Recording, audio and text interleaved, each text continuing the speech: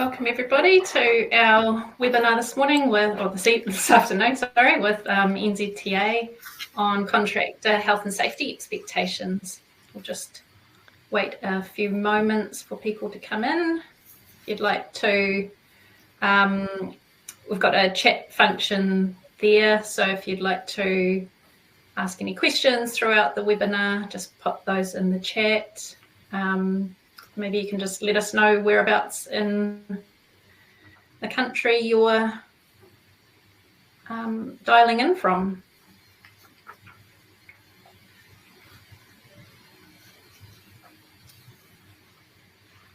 We've got about 140 people registered, so we're at about 63 now, so we'll just wait a little bit.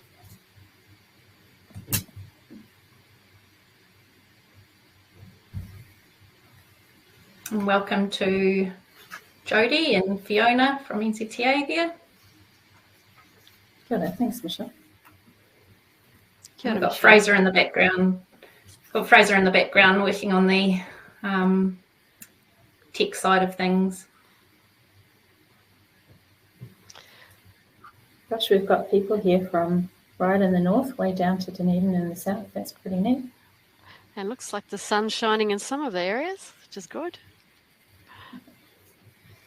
I'm based in Tāmaki, Auckland. I haven't actually been outside today, so I don't even know what the weather is like here. I can't comment. I assume it's. What about you, Jodie? I'm based in Wellington, and it was sunny this morning, but it's clouded over this afternoon. So we could really do with some rain in the north, actually. All the farms are pretty dry up here. I'm based in Auckland. All right, well, it looks like we've got loads of people here, and thanks for letting us know where you all are. Keep the questions coming. First of all, this webinar, so NZTA are revising their contractor health and safety expectations guidance document. They have been engaging with tier ones and other associations and industry groups. And now they would like to engage with some of the smaller contractors around the country. So we're putting on this webinar to help you understand what's in the document, what was previously in the document, what changes are being made, and then the chance to input to the development of this through a survey, which we'll send out once it's ready later in the week, or whenever that happens, we'll be sending that out to everybody. So I think, first of all, I'll just welcome our two presenters. So we've got Jodie Ryland, who's Senior Critical Risk Advisor Infrastructure for Transport Services at NZTA. And we have, hi Jodie. Hi everybody. And Fiona Jones, who's the Health, Safety and Wellbeing Manager for Transport Services at NZTA. So, hi Fiona. Good, Michelle. Thanks so much for having us along today. It's really neat. So we'll start with Jodie's going to do a karakia for us. So I'll hand it over to you, Jodie. Thanks, Michelle. And I'm going to do my best. Being Australian, it's quite a mouthful for me, but we'll do my best to get this karakia across the line. So, whakataka te hau ki te ura, whakataka te hau ki te tonga, kia mā kina kina ki uta, kia mā taratara ki tai, e hiaki ana te arakura he tio, he huka, he hohu, homie hui e, taiki e. Now, I think this karakia represents new beginnings and opportunities, and I really hope that the revised contractor expectations delivers on that. I also wanted to take the opportunity to thank CCNZ for agreeing to host this webinar. I know there's a lot of organising and things that go on in the background, so thank you to everyone that has been involved, including Michelle and Fraser. So thanks, guys. And I'll just move on to the next slide. All right, so what we want to take you through today in relation to our contractor health and safety expectations review is an overview of the general structure and approach we've taken, the review process, the details surrounding some of the key elements of the document, and then also some of the more significant changes being proposed.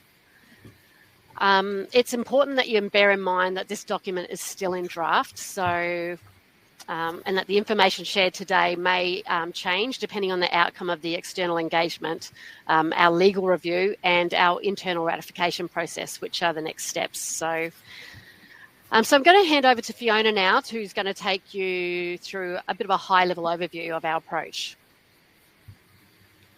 Thanks, Jodie.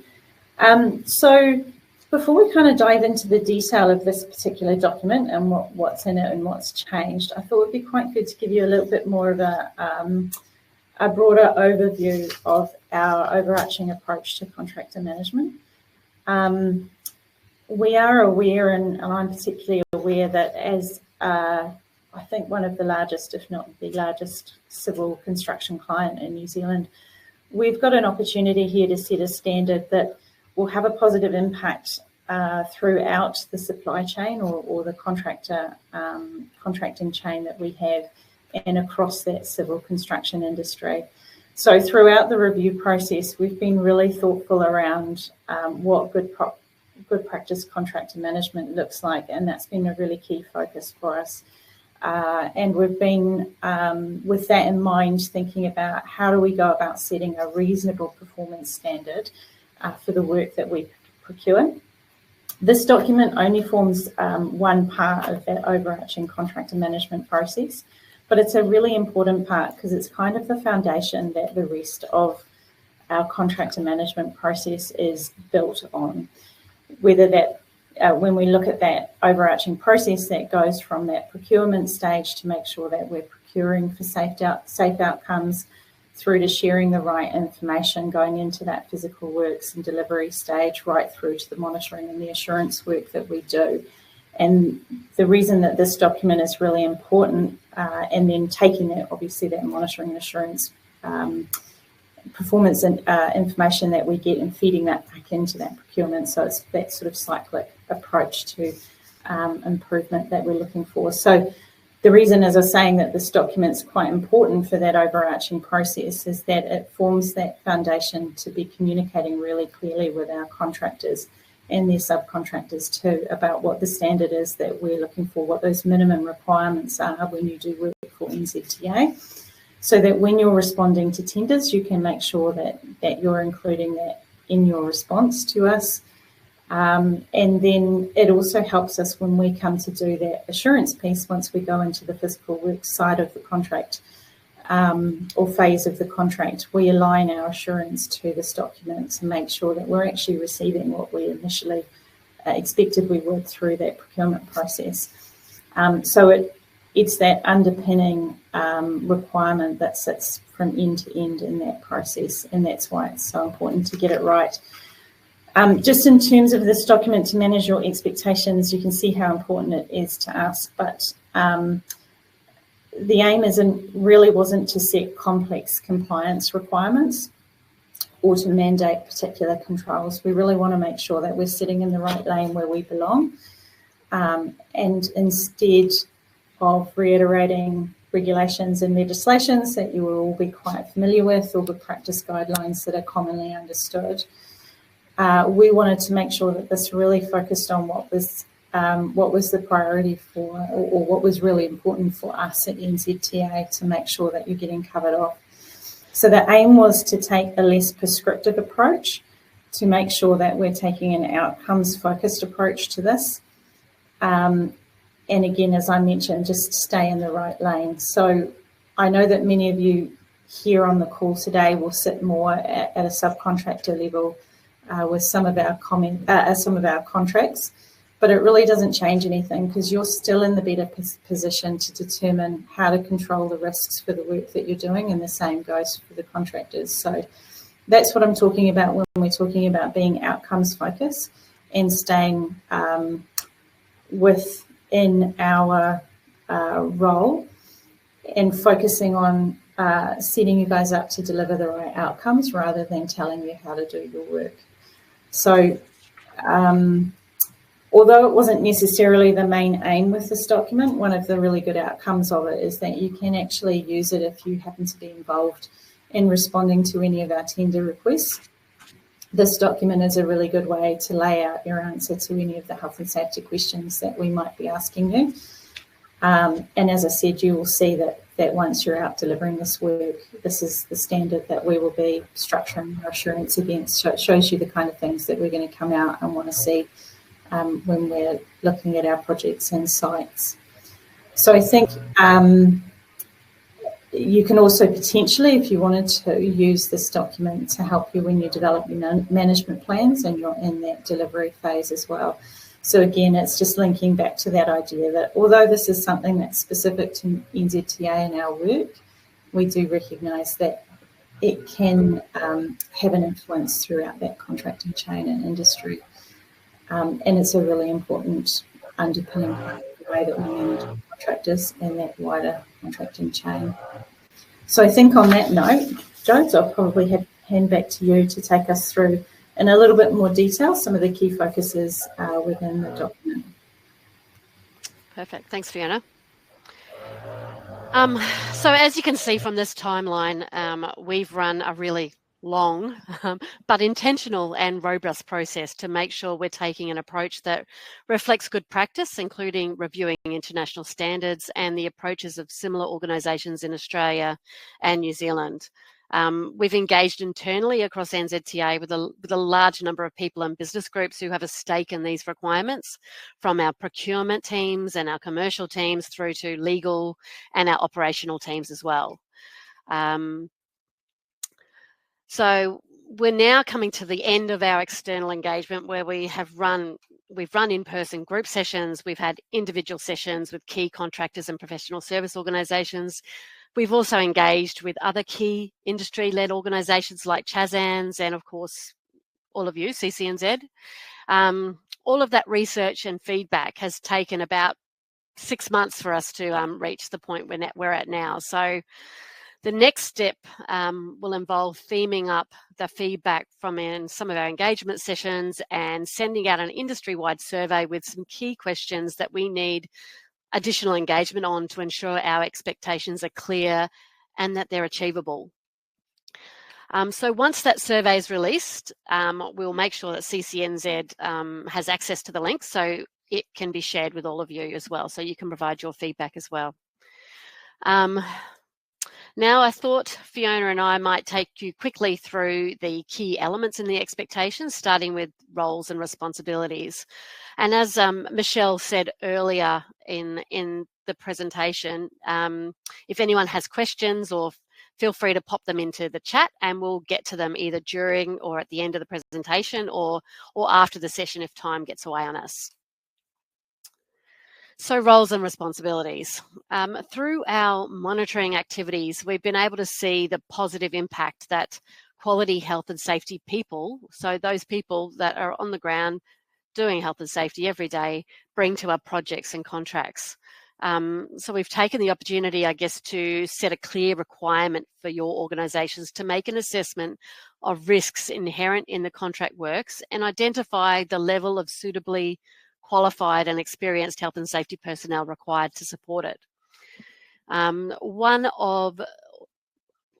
some contracts, we may give more specific guidance on minimum health and safety staffing levels, but the final determination of the level of health and safety personnel required will sit squarely with you guys as the contractors and the ones conducting the mahi. In relation to overlapping duties, we've also clarified our expectation that there needs to be a demonstrated process or system that identifies key obligations or health and safety actions, focusing on who's going to be doing the work, who needs to have influence over that work, and who just needs to know about what's happening. We really hope that this helps to empower you guys to prioritise these conversations early, because they're important and they set a project or a contract up for success. From recent experience on some of our capital works projects, I know that these arrangements can take a bit of time to get right. So it's worth having the resource and time in place to make sure these conversations happen and that they happen early.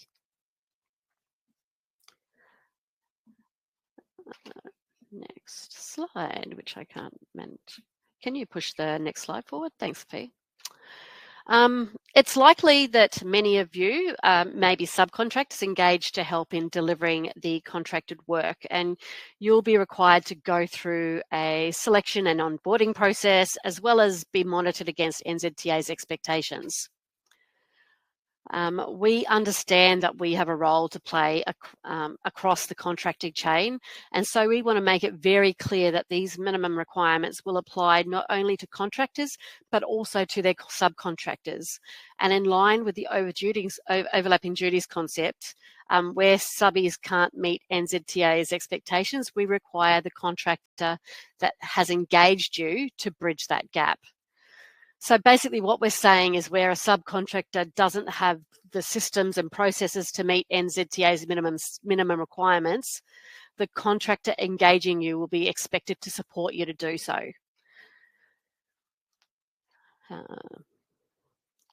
Great, thank you for that.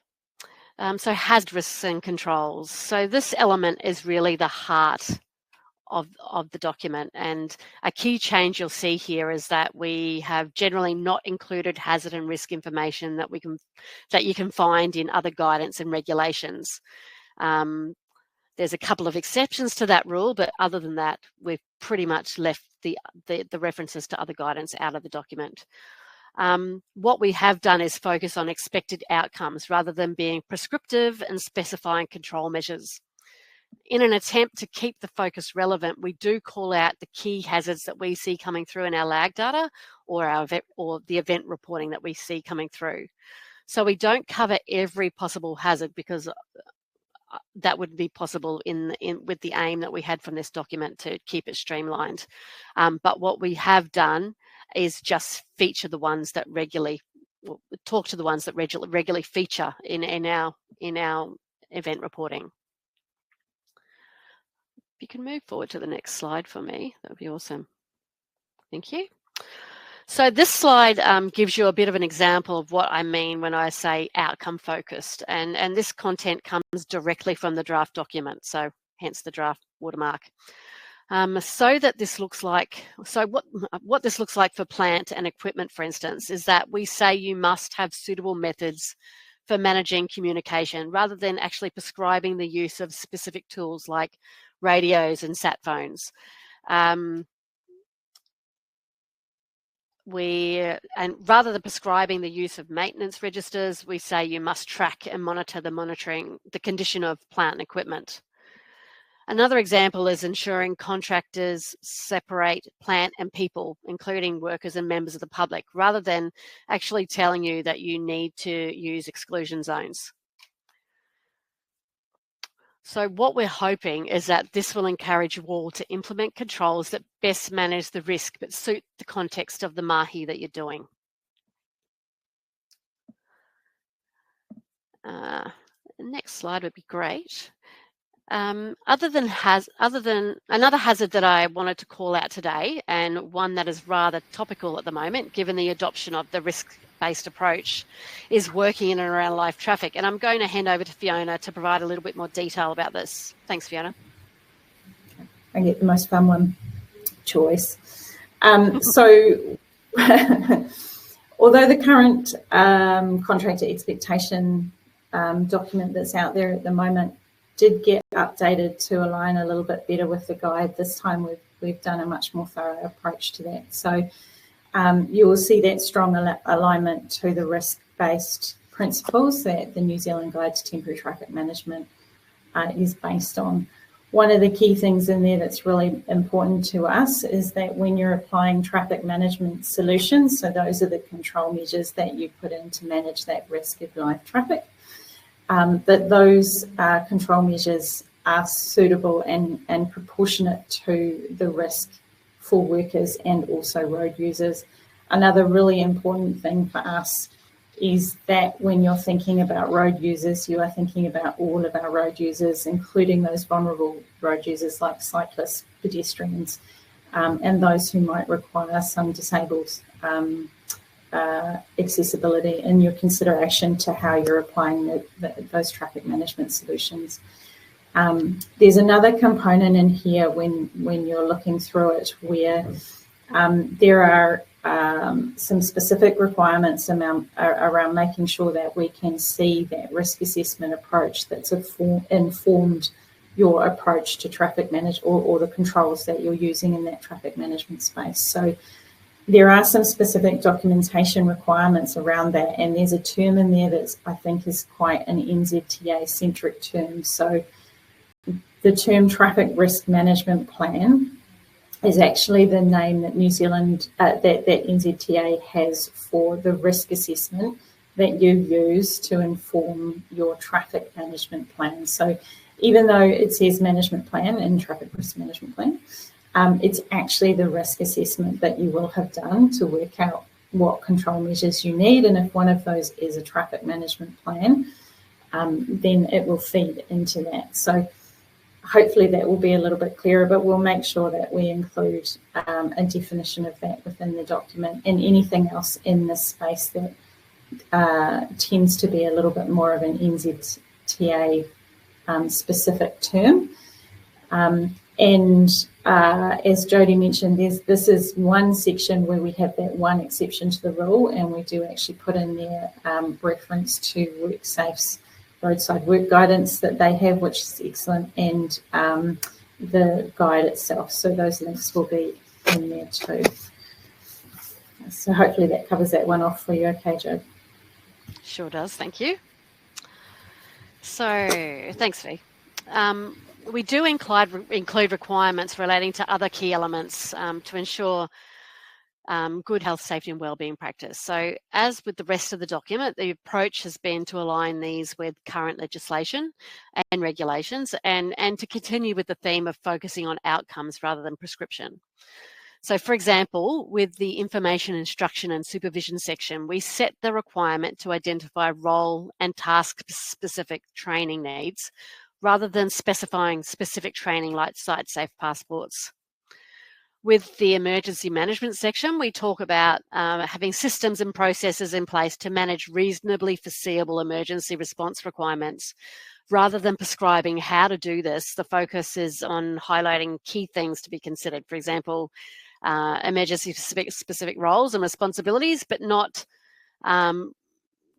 asking for not providing the number of first aiders per site, or scenario-based emergency drills and the proximity to emergency services, but not requiring you to have a specific number of fire evacuations per year. It's probably worth noting here as well that the emergency management section, in that section, that we're not referring to emergency response on the network. There was a little bit of confusion in some of our previous engagements. So what we're actually referring to here is rather the internal response taken to things like fire and earthquakes, and how you keep your workers safe. Another important element within the document is worker engagement, participation and representation. And while we see the requirement for your organisations to have systems and process to make sure workers are engaged and provided with opportunities to participate in health, safety and wellbeing, we don't specify how you do that. So we don't prescribe a particular requirement around health and safety representatives or health and safety committees. It's up to your organisations to implement the processes, I guess, that work best for your people. So hopefully that makes sense to everybody. Fiona's going to talk to the next couple of slides. So thanks, Fiona. I get all the really exciting ones. You do. So this is another area where there's been one of the more significant changes made. So within this reporting requirements, there is still that overarching expectation that at a contract level there'll be a system in place to enable you to capture any health and safety events that happen. and make sure that those are responded to in a suitable way, whether that's investigating them or getting some actions in place that minimise the likelihood of them reoccurring. So there's that sort of fundamental cover system in place to capture all events. Beyond that, this section also covers the reporting requirements for the information that we want to be shared with us. So there hasn't really been much of a change made to those higher harm events or more significant events that we would want to be notified about on the day. So that those are still those higher risk or higher rated injury events, or ones that are notifiable to the regulator, or near misses or high potential events, depending on what language you use for those. Those still, we need to know about those on the same day, and we would expect a fairly robust level of investigation to happen for those, and that you would keep us up to date with the outcome of those investigations. So we just monitor and track those ones a little bit more closely. We also, those of you that are familiar with our current contractor expectations, you will know that there's quite a significant requirement around our monthly reporting, where we ask for every event to be reported through in that monthly reporting tool or portal that we have. So we understand that that's quite a big ask. That's one of the key changes. We've stepped that back now, where we're just going to ask you to share with us the numbers of those events that meet the definition of what NZTA considers significant. So there's a more detail, there'll be more detail in the actual document that you'll be able to use around this, but that's anything essentially from a return to work injury or medical treatment injury up, and includes the ones that you would have rung us about a little bit earlier in the month or during the month. And we're just asking, as I said, for total numbers of those rather than really extensive information. So there's a couple of reasons that we've stepped away from doing that bigger requirement here. One is that we've had a lot of feedback, and we've listened closely around the level of work that this monthly reporting requirement puts onto this month-end processes that our contractors have. We've also thought really carefully about the level of information that it's actually providing to us from a monitoring or performance monitoring perspective. And those two things weren't really lining up in terms of the amount of effort it was requiring compared to the level of insight that was giving us. So that's enabled us to step that requirement back a little bit to make sure that we're focusing on the information that's really important to us when we're building that picture of our contractors' performance. What it's also done is it's enabled us to open the door to asking our contractors to share some leading indicator information with us, which is a really neat step forward, because instead of the picture that we're seeing being only focused on that reactive side of things when things go wrong, this is going to help us to understand a little bit better some of the proactive risk management activity that's going on our projects and contracts. So the three indicators that we've landed on after some consultation, actually after a fair bit of consultation, is we're going to capture the number of leadership type activities that have been going on during the month, the number of frontline inspection type activities, and there's all kinds of different names for those inspections, whether you call them critical control verifications or frontline inspections. And the other one that we're going to ask for numbers of is those actions that have been closed out or improvements that have been made over the months. So that'll really help us to balance up a little bit that picture that we're getting through this monitoring requirement that we have, which kind of links me into the next slide that I'm going to run with as well. That picture we get through our monthly reporting is only one small piece of a much bigger jigsaw puzzle when it comes to monitoring the performance of our contractors. So like the other sections, our monitoring and assurance section has that baseline requirement that you will have suitable systems and processes in place for monitoring and assurance, right from that frontline inspection level up through into that audit space.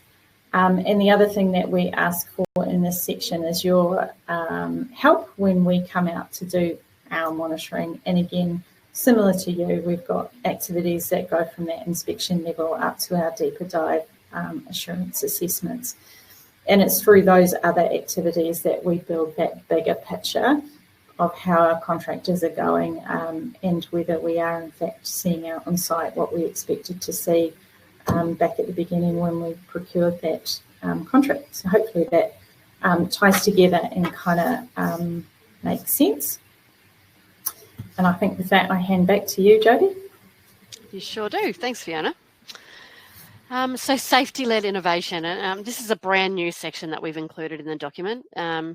NZTA recognises and supports the adoption of innovative ideas and technologies to improve health and safety outcomes for workers and road users. So, however, where you intend to use innovative technology or processes, we are asking for there to be a suitable process in place to assess and document the risk and ensure appropriate control measures are in place. So we expect you to tell us when you're implementing innovative ideas, and we expect that you assess the risk and monitor the change adequately. So this is to ensure that there isn't any additional risk introduced, and that we can see what a positive change it's making. So this includes considering any change management requirements and where appropriate, and working with NZTA to share information on potential benefits across the industry. So I think it's over to you now, Fiona. I think we're going to sum up a little bit and go through some of the notable changes. Awesome. I think we're doing really well with running on time for a start. So we are. Thank Jodie for that, because she is way better at keeping people on time than I am. So thank you. So yeah, just I think to celebrate some of the success through this project, which has been led by Jodie, and thank you, Jodie, for doing this, because it's a pretty neat space that we've actually got to with this. The overall review has essentially led us from two key documents that we've got currently, which are around about 48 pages, I think, in total of content, down to one quite concise document of about 14 pages, I think, of key content. So that's a pretty neat achievement in terms of that overall aim of clarifying and staying really focused on the stuff that matters. We've been able to do it by making sure we've thought very carefully and removed anything that wasn't adding value, which has included things like making sure we're taking out details that related more to our internal processes and requirements for our people, rather than what we're asking of our contractors. And as Jodie's mentioned a couple of times, just reducing all of those references to well-known regulations and guidance, and and lots of sort of superfluous explanation stuff, and just keeping it tight on this is what we actually need you to do. The other really neat outcome of that is that I think we've now got a document that has really kept that focus on effective hazard identification, risk assessment, and the application of the hierarchy of controls when you're looking at implementing the controls, and monitoring those for their effectiveness. And I think CCNZ have been involved in quite a lot of work around helping with that change to a risk-based approach to temporary traffic management, and that aligns really closely with the key ethics or approach behind that change. As Jodie mentioned, we've added a couple of sections that, based on assurance work we've been doing across our projects over the last few years, we've noticed as an opportunity to improve, which has included, why we've included things like that roles and responsibilities section that Jodie talked about, and why we've also included the new section around innovation, just to make sure that our expectations for those are also really clear. And again, just to emphasise that focus for us is on talking about what the outcome needs to be, rather than prescribing the controls. And to really demonstrate that to you all, we have also removed the current PPE prescriptive requirements that are in the document that you can see the link for in the chat a little bit higher up. So I'm sure that those of you that have run up against that requirement will hopefully celebrate that as much as we do too. And again, like I said, just getting back into the lane that we should be in, and not trying to tell you how to do your work, but just what we need to have delivered for us. So I think that's kind of wrapped up those key changes, and I'll just pass back to Jodie to take us through what the next steps are going to be. She's alluded to this a little bit with the process, but it'll give you. I have. Thanks, Fee. Yeah, I guess so. So you're probably all asking yourself, what's next? So I've already mentioned earlier, we'll be developing an industry survey that will help us clarify any grey areas and make sure that what we're proposing is achievable. I expect that this will be released over the coming week, and we'll give you a set time frame to respond to that.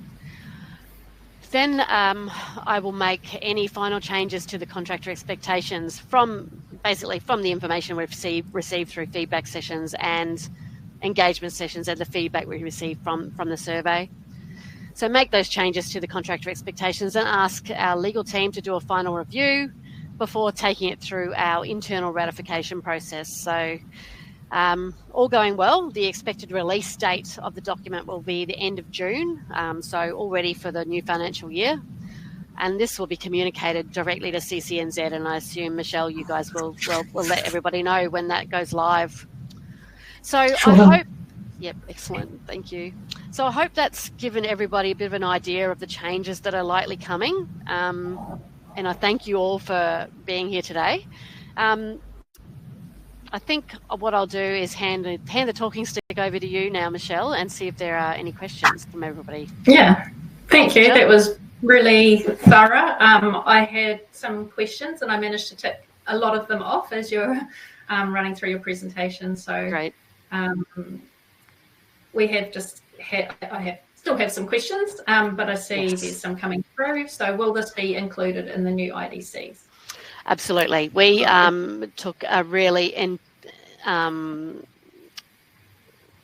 basically all of the information that was that's in the contractor expectations has been applied to the IDC contract. So there was some intent there to make sure they align. So yeah, absolutely. And probably when you have a look through the IDC RFT, you'll see that these definitely align with the requirements in there align with our contractor expectations.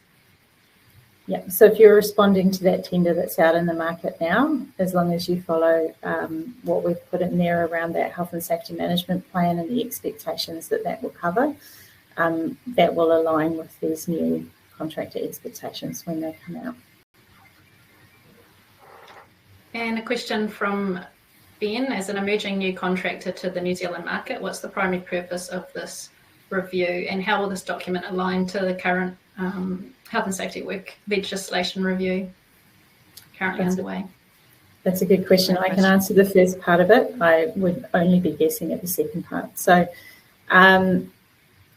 in terms of that, the primary purpose of this document, circling back to what I was talking about at the beginning, the primary purpose is for us as NZTA to be able to communicate really consistently to our contractors the standards that we expect to be met for the work that you're delivering for us, and to make it really clear that the requirements apply across the contracting chain or down the contracting chain. So whether you're the contractor or the subcontractor delivering our work, this is the requirement that we need you to meet. There are some side benefits to that in that it's set up so that it should make it pretty easy for you to be able to answer tender responses or build your management plans to meet these requirements. And there is a hope that by setting the standard in a really clear and effective way, it will have an influence across the industry. And we do know that as one of those bigger clients that sometimes our expectations are picked up by other clients and used to build their systems. So it's important that we get it right because it has a big influence.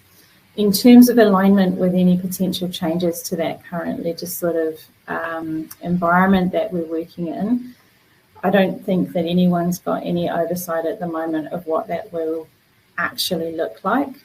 But again, because we're aligning that with that concept of good practice contractor management, I think in doing that, we will still align with whatever those legislative changes are. Like I can't imagine that there will be any fundamental change to the basic concept of understanding what's going to hurt you, applying some thinking and assessment around how that can hurt you and what those scenarios are, and then putting the right controls in place in alignment to the hierarchy of controls. That whole basis to the way that we manage risk is unlikely to change, and that is the heart of what we're asking you to do in this document. Understand what's going to hurt your people and put the right control measures in place to make sure that doesn't happen, and then or if it does, that you're mitigating it so that the outcome is not serious harm, and then of course the piece around monitoring it to make sure that what you thought was going to happen is what's actually happening and your controls are effective. That basic concept is going to still be there, irrespective of any changes that come through. Yeah, I just wanted to, I guess, add that I see this document, especially, once it's revised, it really does pull together a lot of other guidance that's out there. It didn't seem necessarily that specific to, large contractors working on state highways. So I think it can easily be picked up across the industry, like you say. I guess one question I had just before we just respond to it might be a comment more than a question, but because there are quite a few references in there, like NZG, TTM, the Temporary Works Forum, also Z44, which I see was last revised maybe, 2018. So how are you making sure, or what are you doing about consistency and across these reference documents? Yep, so Z44 is currently under review internally, but it's quite a big standard, and so it'll take a little bit of time for our risk team to work their way through that. So the way that we're making sure that we're influencing that to ensure that it does align with these requirements is that we're one of the key stakeholders who gets consulted in that process. So we're kind of part of that review team to make sure that that's tracking along okay. In terms of what you were talking about, you're right, we do actually call out that temporary works procedural guide in here, more because that's a slightly obscure one that I think is not super well known across the industry. So we wanted to make sure that was included. And the reason that we call out the guide is because, as Jodie said, it's an area where there's a lot of change going on right now. There are a few pieces around that are particularly peculiar to us and requirements that we have. So that was another one that was worth calling out. But the other thing too, I think, specifically around that TTM environment of change that is around right now, is that by making sure that we're bringing that in and not treating it as a separate thing. So that was something we really didn't want to do, was to have, these are our health and safety standards and then this is our TTM standard. We actually wanted to incorporate that into one requirements document because it's just another risk on our risk profile. It's a particularly pertinent one, given the majority of our work happens on a roadside, and so traffic management is usually the control that's used. But we just wanted to really align with that concept that actually the management of live traffic or the controls that we put around that traffic management is actually a health and safety thing, and it belongs in our health and safety requirements. There is one other standard that we have out there. As I mentioned, we have two at the moment, our overarching ones and our one relating to our reporting requirements. Those have been condensed into this one document. But there is one other standard that we will keep as a separate one, which is our safety by design standard. That's another one that's currently under review, and that one will be released before the end of this year. We're hoping to get it out a little bit sooner than that, but it will certainly be before the end of this calendar year. And we will bring that one, it's currently in an old format as a minimum standard, which again was based on that Z44 series. So we'll bring that into alignment with this document, make sure that it's outcomes focused and not prescriptive in terms of controls. So yeah, we still have a little bit of work to do in updating some of our standards. This is the first cab off the rank. Really glad to hear you say about TTM being integrated into the health and safety systems. It's a great thing to be doing, and I think all of this is about raising the standard of risk assessment and reporting probably. So there'll be a few things I'll be quite interested in seeing how they pan out in your final document, especially around the 3 Cs and engaging subcontractors in that process. and also dealing with change management and the documentation, roles and responsibilities, delegated authority, that sort of thing. So be keen to see how that plays out. Ben has asked the question that I had next as well. So what is NZTA's position on the Tōtika scheme in terms of contractor health and safety maturity? Yeah, so that is still our chosen pre-qualification provider that we have. And so there's a few things in the document that we set out right at the beginning, which are baseline requirements that have to be done. One of them is that you have to go through NZTA's pre-qualification process, and the health and safety component of that is Tōtika. There are some circumstances where we will consider alternative pre-qualifications, but they're very circumstance dependent. So sometimes if there are international companies applying, or particular conditions, or particularly around the risk profile of the project, there is an ability within that pre-qualification scheme to consider that. Jodie, what's the right term for that? I always get it mucked up. Mutual recognition.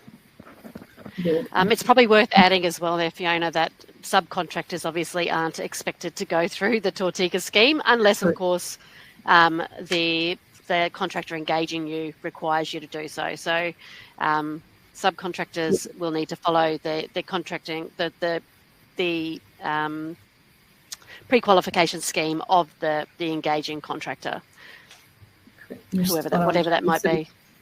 The pre-qualification process that we have applies only to the organisations that we directly contract to, but part of our requirements is that those organisations have a way of pre-qualifying their contractors, but we talk more about it in terms of the selection process, and that's the main thing that I would call out about pre-qualification, particularly if you guys are thinking about how you set up your own contractor management systems. Pre-qualification really, the way that I hear it described quite a lot is a ticket to the dance. So it really is just that sort of kind of gets you in the door, but it doesn't necessarily prove that you can dance. So that's why we've built some pretty robust monitoring and assurance processes in place, because although we do that pre-qualification test, which, as I say, gives you the ticket to the dance, we'd like to go and check to make sure that you actually know how to do the waltz when you're out on site. So it's just something to bear in mind. Correct. I have one more question, but if anyone will be closing this out shortly, if we don't get many more questions through, so keep them coming if you've got anything burning. But I guess what I was wanting to ask was, I sort of see that in the industry maybe we don't do feedback, the feedback loop or continuous improvement, even non-compliance reporting that well, and potentially could have a bit more help and structure around that. Is that being dealt with more robustly in this new document?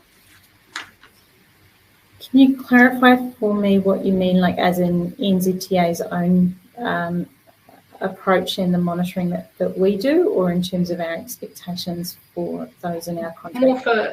More for expectations for contractors to report and show their continuous improvement and how they've done this or supported it. And it might be not necessarily incidents, but near misses. We learn a lot from near misses, or even good things that have happened. We often don't reflect on the positives. Yeah, you're so right. And so there were a couple of parts to that. So we do include the near miss or high potential event reporting requirements, which is why we talk about events instead of incidents, so that we make sure that we're using that inclusive language. Those higher rated ones, we monitor the outcomes of those in terms of the investigation and those actions that get identified as closely as we would a high harm event.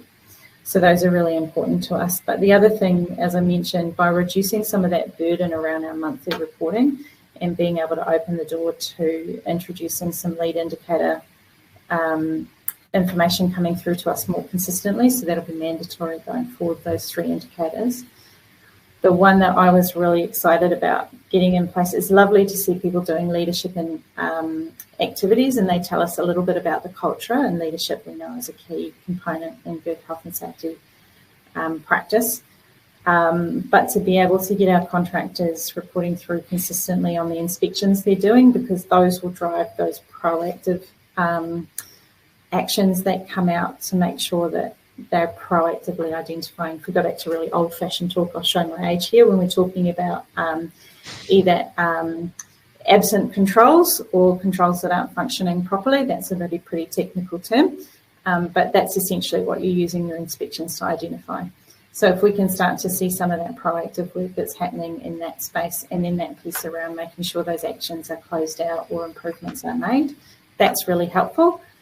But those site-based assurance activities that we undertake, that really test those, and particularly the deeper dives that we do in our assurance assessments. We're really looking for that proactive risk management, which is what you're talking about there, Michelle, and making sure that is fitting into that cyclic model, whatever model you like to apply, the plan, do, check, act, or whatever rings your bell. But for us, in terms of contractor management, it's procurement through to delivery, to monitoring that and making sure that actually feeds back into our procurement decisions around what we're doing. So the monitoring activity matters because it influences the next procurement decision we make. Does that make sense? Yep, perfect, thank you. We'll just go to Jamie's question, I guess. So, or comment there, the removal of the PPE prescriptive direction is to align with the risk-based TTM direction. Actually, when I was revising, or just going through the document from the current document, that was going to be some feedback I gave was, do you need that in there? So I gather that you've sort of run that lens, and I know you've been engaging with Chasms, and so I imagine that would have had some influence on just really getting clear about what to prescribe and what not to prescribe. So is that why you've removed that? 100%. I think linking back to Ben's comment around maturity too, I think there's been a journey for us with these expectations as we've been working along over the years. So I think they came out originally, Jodie, were they part of that Z series standard? Yep, some time ago, yes. Yeah. Yeah. And then they kind of morphed into a concept of an expectation. And now we're really bringing them back to say, look, these are and there was a lot of fluff in there. And again, I think it's as we've progressed, it's not just our contractors who are progressing on this maturity journey, we are on one ourselves, and really bringing home that understanding about what our role is. And for me, again, it's going to be a slightly technical health and safety boffin way of speaking about it, but it's that concept of influence and control. So who actually has the most control and influence over the work, the worker and the workplace? And that's generally speaking, not us. We are usually very much in a client position. We're not out doing the physical works, unlike some of our sort of tier one contractors who will be both clients and doing the work. And it shouldn't be the people who are not doing that work who are prescribing the controls for that work, because we may not, in fact, it's highly likely we don't have the right technical understanding, and PPE is a form of control. So it's just not right for us to be doing that.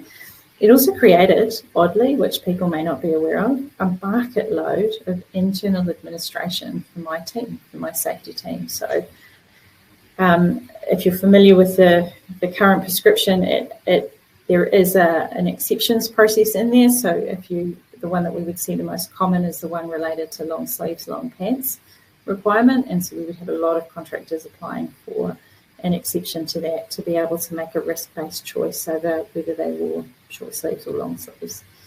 The administration that's set up for my team to have to monitor and sort of work with that requirement meant that my team were pulled away from much more critical and value-adding safety work. So that's another kind of unintended consequence of setting up requirements that just don't add value is that you end up having to do a whole bunch of administration around them that also doesn't add value. And we're all living in a world where we are really constrained for resource. And so we want to be making sure that we're using that resource where it adds absolutely the most value. And that wasn't it. Correct. That's great. Well, there's no more questions come through, and you've pretty much answered all mine, although I'll, really look forward to seeing the final document and working with you following that. If there's anything you want to engage further or workshop, happy to help people if they want to, talk about this a little bit more, perhaps with me, or probably just with me at this point. That's fine. Get in touch, and we'll look forward to seeing the survey coming through. Do you guys have anything else you want to add? No, not really. Other than thank everybody for their time, obviously. Yeah. Reiterate what Jodie said. Thanks for the opportunity. You're welcome. You're welcome. I thought I'd take the opportunity just to close us out with a karakia. This one represents our journey so far, and I guess the collaboration that's helped to inspire this mahi. So, hoia ki uta, hoia ki tai, hoia ki te kutahitanga o tātou katoa. Kia maia, kia naku araha, eki panuku, eki tangaroa, homie huie, tai here. And thanks, everybody. Thanks, guys. No worries.